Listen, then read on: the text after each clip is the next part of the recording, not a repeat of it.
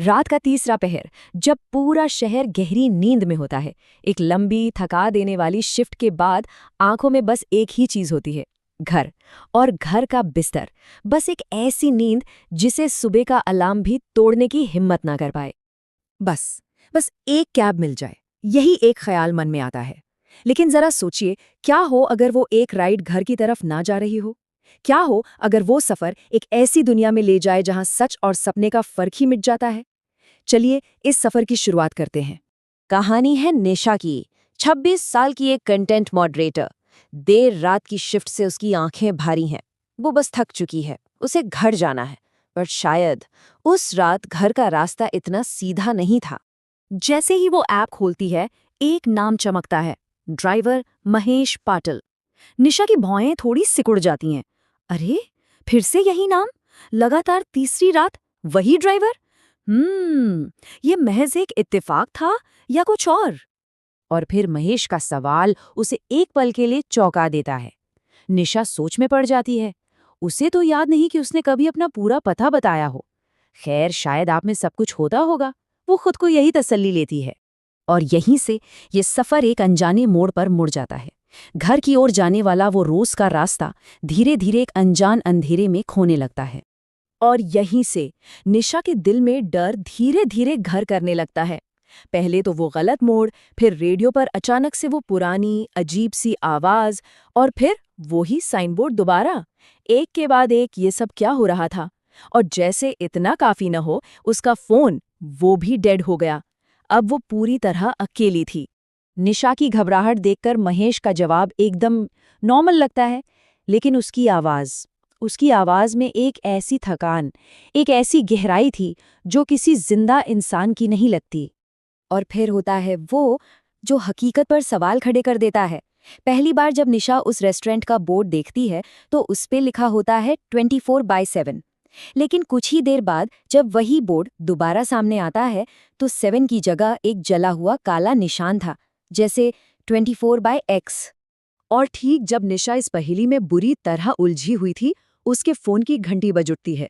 बाहर की दुनिया से एक आवाज, एक ऐसी आवाज जो उसके पैरों तले जमीन खिसका देने वाली थी।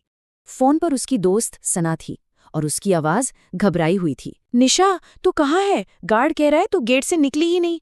तेरी कैब तो कब की कैंसिल हो गई थी। एक पल के लिए निशा का दिमाग सुन्न हो गया। अगर कैब कैंसिल हो गई थी तो वो किसके साथ बैठी है? ये तो एक नामुमकिन सी बात थी। निशा कैब में थी, लेकिन सना के लिए वो अब भी गेट पर ही थी। और तो और राइड भी कैंसिल हो चुकी थी। इससे पहले कि निशा कुछ समझ पाती, फोन की लाइन कट गई और स्क्रीन पर अंधेरा छा गया। और तभी उसके दिमाग में बिजली की तरह एक धुंधली सी याद कौंधती है। एक पुरानी खबर, एक कैब ड्राइवर की मौत ठीक आज ही की रात 1 साल पहले। और खबर में छपी तस्वीर, वो चेहरा, अरे नहीं, वो महेश का ही तो था। अब ये कहानी उस मोड़ पर पहुंचती है जहां समय खुद रुक जाता है और एक दफन हो चुका सच सामने आता है। सड़क पर आगे पुलिस चेकपोस्ट की टिमटिमाती लाइट देखकर निशा की जान में जान आती है। वो चिल्लाकर ड्राइवर से गाड़ी रोकने को कहती है, लेकिन जैसे ही कार पास पहुंचती है, वो लाइट, वो पुलिस वाले, सब रेत की तरह हवा में बिखर जाते हैं।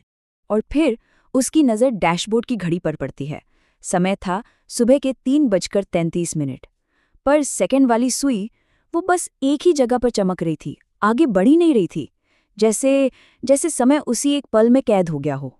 और इसी रुके हुए वक्त में महेश की शांत मगर गहरी उदासी से भरी आवाज गूंजती है। ठीक 1 साल पहले, इसी रात, इसी वक्त, एक गाड़ी ने पीछे से टक्कर मारी थी। मैं कभी घर नहीं पहुंच पाया।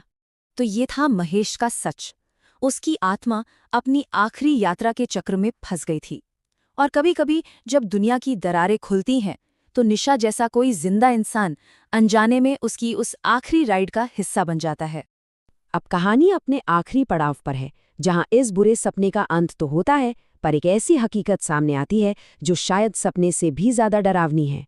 मैडम, ओ मैडम, उठिए! निशा एक सिक्योरिटी गार्ड की आवाज से अपनी आंखें खोलती है। वो तो अपने ऑफिस के बाहर एक बेंच पर लेटी हुई है। तो क्या ये सब सिर्फ एक बुरा सपना था? सारे सबूत तो यही कह रहे थे। सपने में उसका फोन डेड था, पर असलियत में बैटरी 57% थी। उसकी दोस्त सना सामने खड़ी थी, जो बता रही थी कि कोई कैब बुक ही नहीं हुई। शायद थकान की वजह से वो बेंच पर ही सो गई थी और एक बहुत बुरा सपना देख रही थी। सब कुछ नॉर्मल था।